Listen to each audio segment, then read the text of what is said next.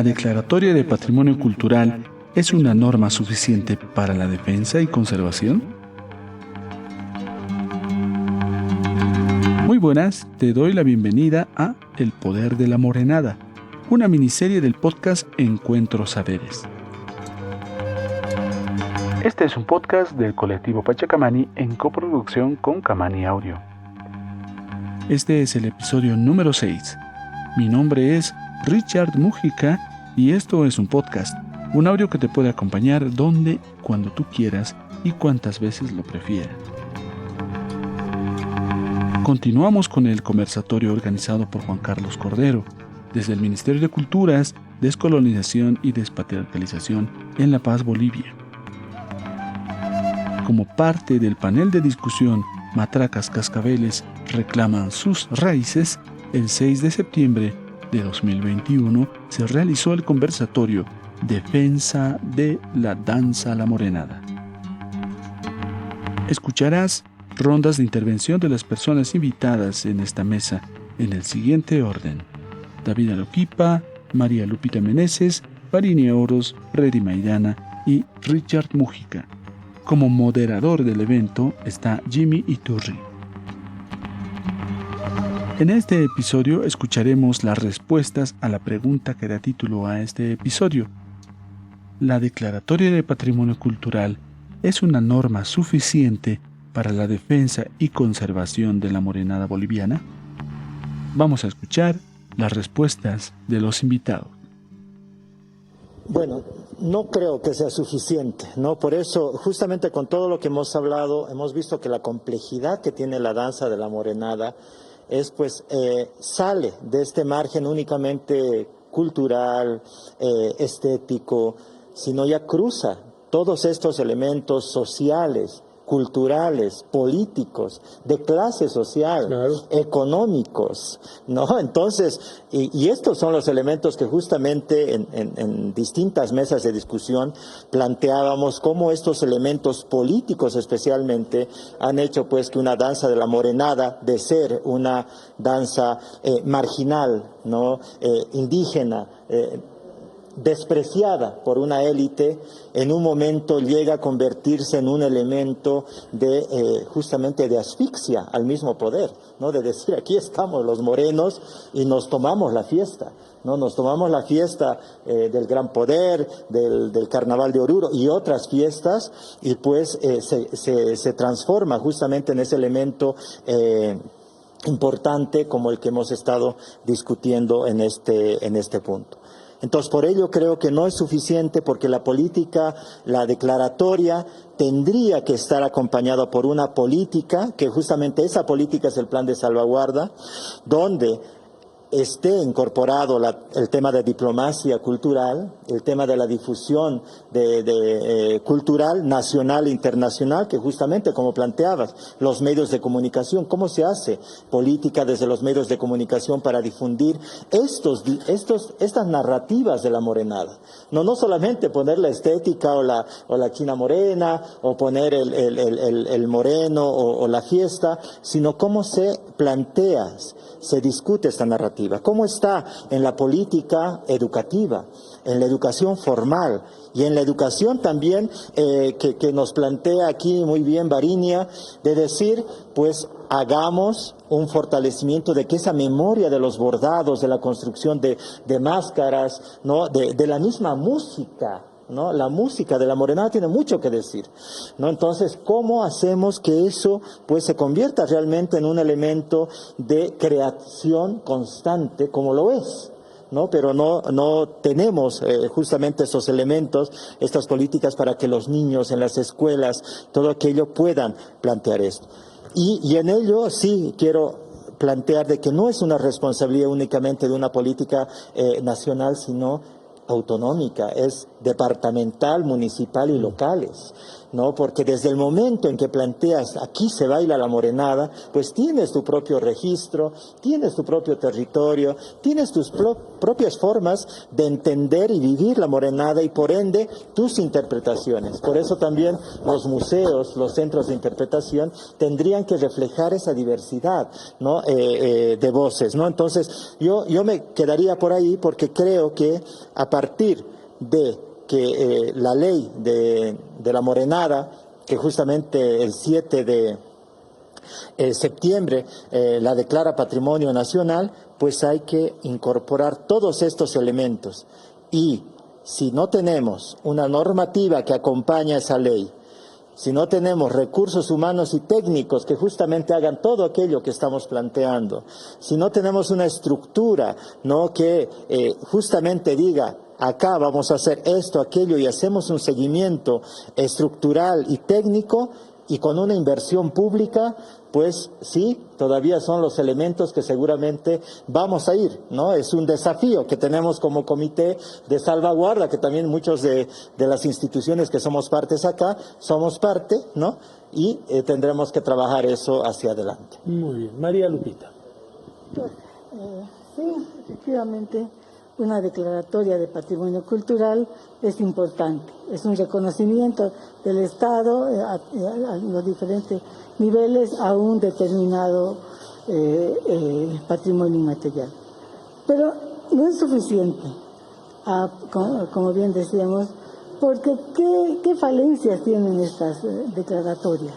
Las mismas dos declaratorias que estamos mencionando de la morenada, es un documento que han sido elaborados no en un procedimiento, te puedo decir, técnico, legal, ¿no?, sino que dos artículos, un artículo que están implícitos en estas leyes, son muy, ¿cómo te diría?, yo lo considero un tanto abstracto, porque para llegar a ese documento, a esa ley, muchas veces en la Asamblea Legislativa, a iniciativa de algún diputado que ve muy próxima a la festividad de su pueblo, pues se ilumina y ¿qué voy a llevar a mi pueblo? Es una declaratoria, viene la festividad del santo de la población. Dos artículos lo hacen. Y previamente, inclusive, ese documento tiene que entrar al ministerio a tener una evaluación técnica, legal. Muchas veces no se ha hecho eso, por una parte. Por otra, estas leyes deberían tener su reglamento de aplicabilidad. De las 60 leyes de patrimonio material que existen en nuestro país, muy pocas tienen este reglamento. Inclusive en las inclusiones en la lista representativa de patrimonio material a la UNESCO, las 6 inscripciones, tienen sus planes de salvaguardia, tienen todos los proyectos, pero no se están ejecutando. Y esa es una gran falencia. Se quedan ahí, Chapequén, Puya, no se están realmente haciendo estos planes, esta revitalización. Desde el primer elemento que nos indica estos planes de salvaguardia, su registro, su inventario, su catalogación periódicamente actualizado. ¿No? Porque si no hacemos esto, la tarea principal en la defensa y protección de nuestro patrimonio, no vamos a avanzar. Con el inventario de catalogación vamos a identificar nuestro patrimonio, vamos a conocerlo y desde entonces pues defenderlo. Muy bien. Marini Oros, por favor. Tengo el micrófono. Muchas gracias. Coincido con los compañeros, ¿no?, que no es suficiente una ley, creo que no es suficiente para la salvaguarda. Sin embargo, lo que veo también con el tema de la morenada, que no hay baile más difundido en nuestro país que la morenada. Se baila en absolutamente todos los lugares, es una danza que más bien ha sentado mucha presencia, no solamente en las ciudades, sino también en el área rural. A tal punto incluso de que me preocupa de que muchas danzas en el área rural también se están perdiendo, danzas autóctonas, porque la morenada es muy, muy fuerte. En ese sentido no me preocupa, digamos, ¿no? Esto de que vayamos a perder el baile de la morenada. Sí, las leyes no es suficiente. Sin embargo, a lo que yo creo que debemos llegar, que no se ha llegado, sinceramente, es en la parte de la difusión. Sobre todo en la parte de la difusión de estos trabajos que se han venido haciendo de investigación. Los pocos o muchos que se han hecho no se ha difundido este trabajo. ¿Qué nos falta? Yo creo que estas investigaciones, las otras que vayan a haber, por ejemplo, sienten presencia en museos, por ejemplo, como el Museo Nacional de Etnografía y Folclore, ¿no? Su propio nombre lo dice, ¿no? Sin embargo, allí no tenemos ninguna muestra que visibilice, por ejemplo, danzas como la morenada o la diablada u otro tipo de danzas, ¿no es cierto? Yo creo que nos falta divulgar, que no es lo mismo que difundir este trabajo científico, divulgar y llegar un poco más a otros sectores, incluso a los turistas que vienen, ¿no es cierto? Ver la gran variedad que tenemos de danzas, ¿no? Ahorita estamos un poco preocupados por la morenada, que, como lo dije anteriormente, es la danza que más se baila, ¿no?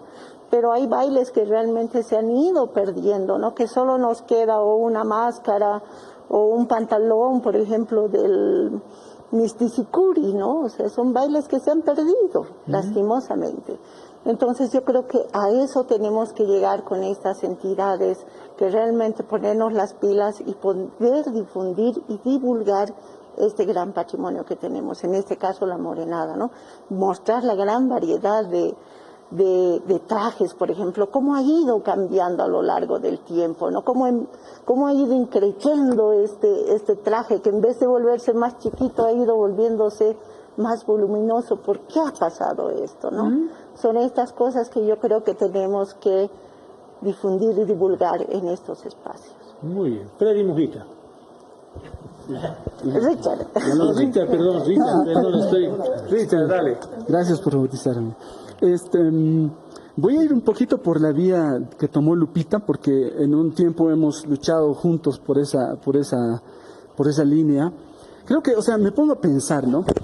¿Acaso una ley no es un instrumento máximo de un país? ¿No? ¿Qué más suficiente queremos lograr con una ley? Entonces podemos cambiar la pregunta. ¿Cómo operativizar en las dimensiones que bien lo ha explicado David y Varinia una ley? ¿Cómo? Es a partir de justo lo que ha mencionado Lupita. Porque el detalle, si un instrumento jurídico que tiene un alcance técnico y demás en un país es una ley como lo máximo, entonces es el proceso de declaratoria el punto que hay que ir mejorando paulatinamente. Yo sé que sobre la marcha actuamos y hacemos una ley, y como bien lo han dicho nuestros hermanos legisladores, es más fácil hacer una ley de 2 o 1 artículo, ¿no? Hay que reconocer, hay que decirlo nomás las cosas como son.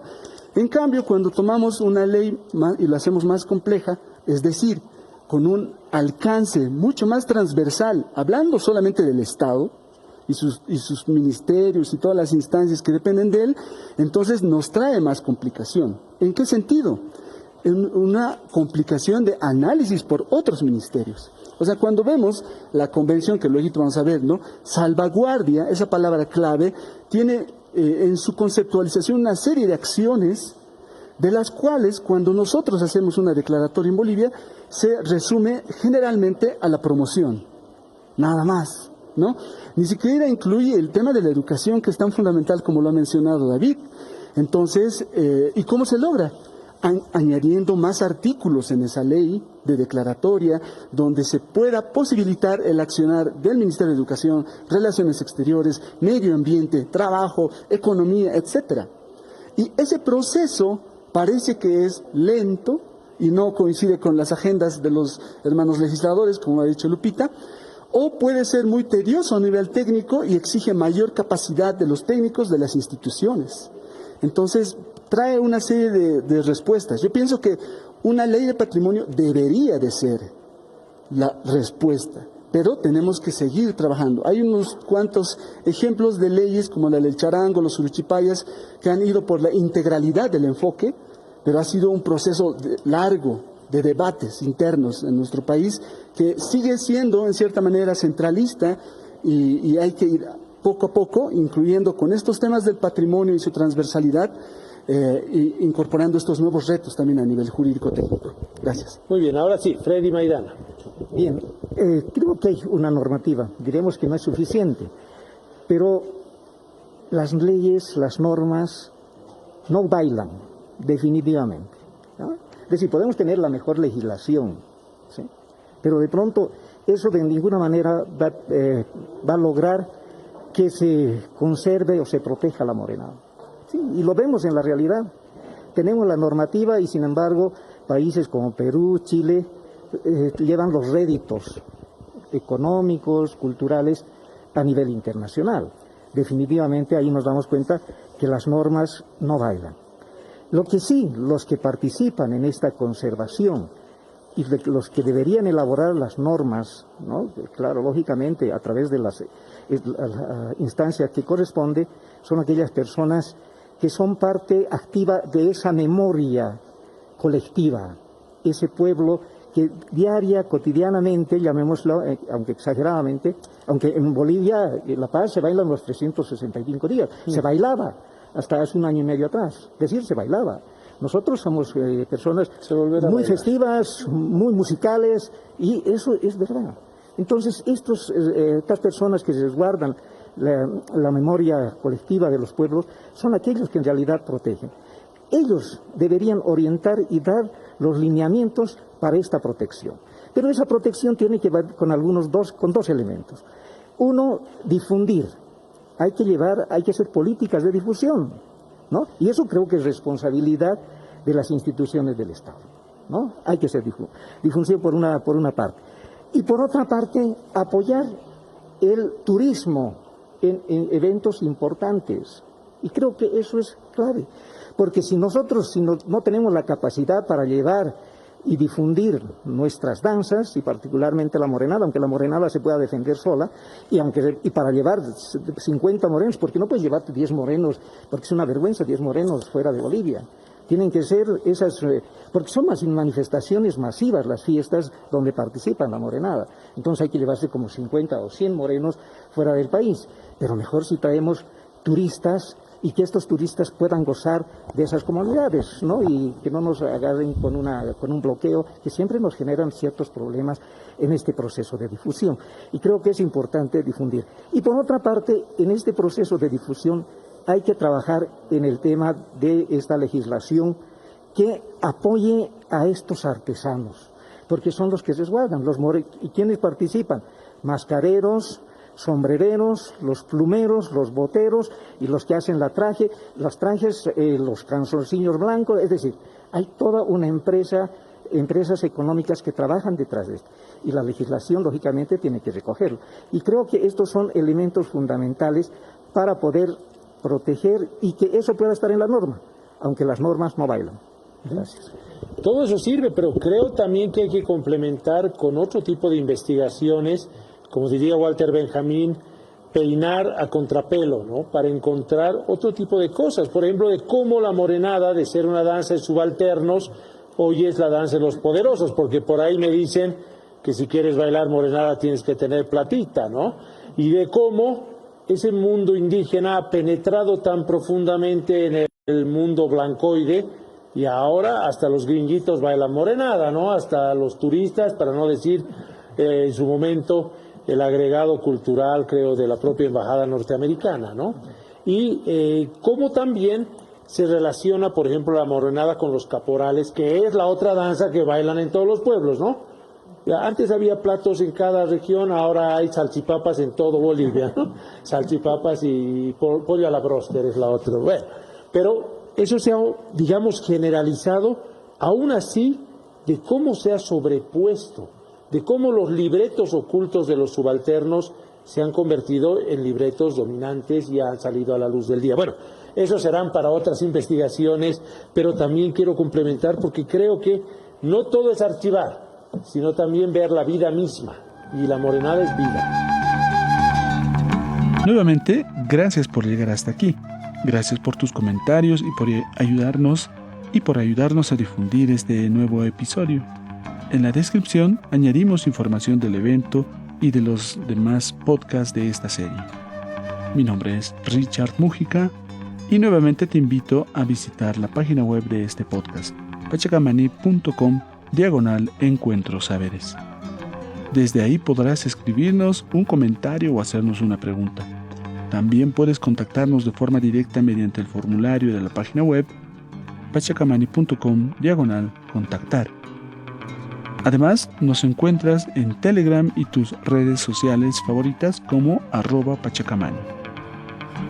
Escúchanos en Spotify, Apple Podcast o la plataforma de podcast que prefieras.